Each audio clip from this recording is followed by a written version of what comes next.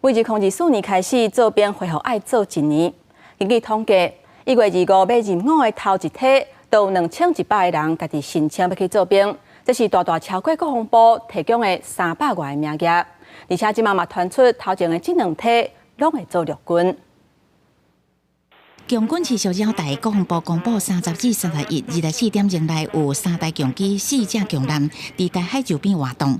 2024年开始，搁再恢复一年制义务役。不过，根据6都兵役局的统计，申请一年役头一梯人数有2159人，国防部敢提供332个名额。当然，配付人数也无消失，而且传出1、2月入伍的新兵全部拢是陆军，也引起议论。陆海空各军种都有配付员额，那么国防部会依照役政单位推估每个月义务役役男的人数来完成入伍训练的一个梯次规划，并且配合役政作业的期程来保持滚动式的调整。头一梯600个役男会伫明年1月25日入伍，预定第一年要征收9127个役男。专家分析，由民转兵的训练大概需要2个月时间，推测可能是因为野战场地也未全部完备，唔知地区前2梯的新兵拢敢会当分发到陆军，也表示提升国军的战力。除了延长服役时间，嘛爱有够的强度合格训练，这才是关键。他们的野战场地有没有规划完善？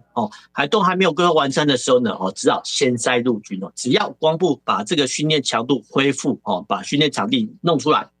相关的战力自然就会有所培养。另外，传出国防部进前邀请部分县市政府开会，要求调查役男相关资料。不过，役政人员认为，部分调查项目恐惊会变作选战的议题，伤过头敏感。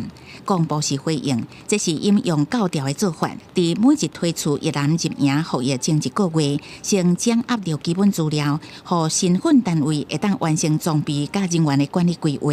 资料内容甲役政单位都已经达成共识。记者综合报道。